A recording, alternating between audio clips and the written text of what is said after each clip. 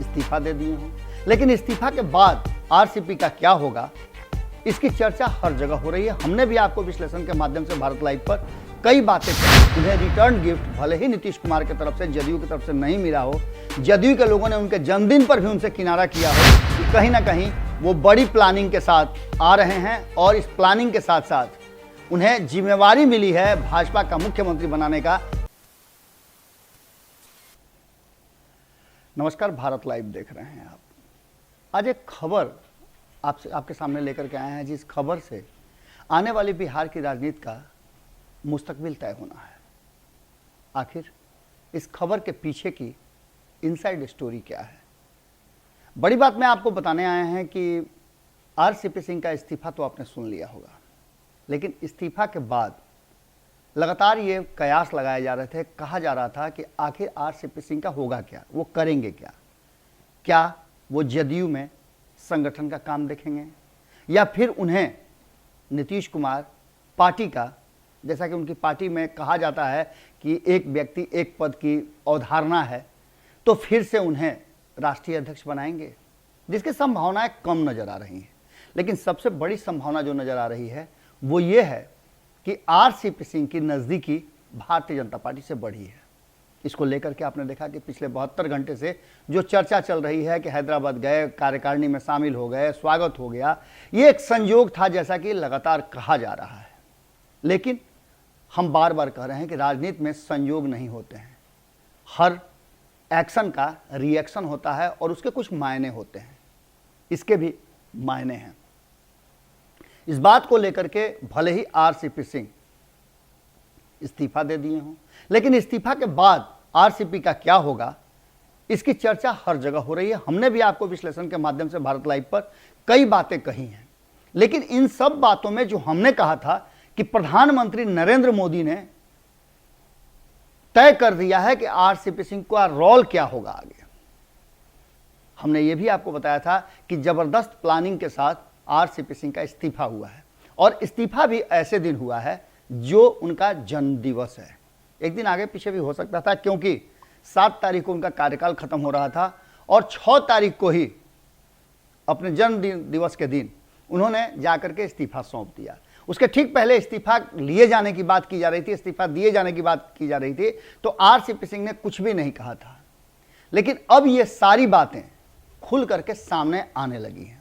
RCP Singh के इस्तीफा के बाद उन्हें रिटर्न गिफ्ट भले ही नीतीश कुमार की तरफ से, जदयू की तरफ से नहीं मिला हो, जदयू के लोगों ने उनके जन्मदिन पर भी उनसे किनारा किया हो। हालांकि ये कोई पहली बार नहीं है। इससे पहले केंद्रीय मंत्रिमंडल में शामिल होने से पहले नीतीश कुमार लगातार आरसीपी सिंह को बधाई देते रहे हैं, लेकिन ये पहला ऐसा अवसर है जब नीतीश कुमार दूरी बनाना शुरू कर चुके हैं। पहली बार उन्होंने कोई बधाई नहीं दिया जब वो केंद्रीय मंत्रिमंडल में शामिल हुए, और उसके बाद उनके जन्म दिवस पर भी नीतीश कुमार ने बधाई नहीं दिया। लेकिन नरेंद्र मोदी ने उनके इस्तीफा के बाद उन्हें तुरंत रिटर्न गिफ्ट दिया, उन्हें बधाई दी, और इसकी कड़ियां अब जुड़ने लगी हैं। अजय आलोक, आपको पता है, अजय आलोक जदयू के प्रवक्ता हुआ करते थे और अब वो राजनीतिक विश्लेषक हैं। उन्होंने इस बधाई संदेश को कोट करते हुए अपनी बातें लिखी हैं और उसकी कड़ियां जोड़ी हैं, जो हम लगातार इन कड़ियों को जोड़ने का कोशिश कर रहे थे। आखिर उस कड़ी और उस पर चर्चा शुरू हो चुकी है।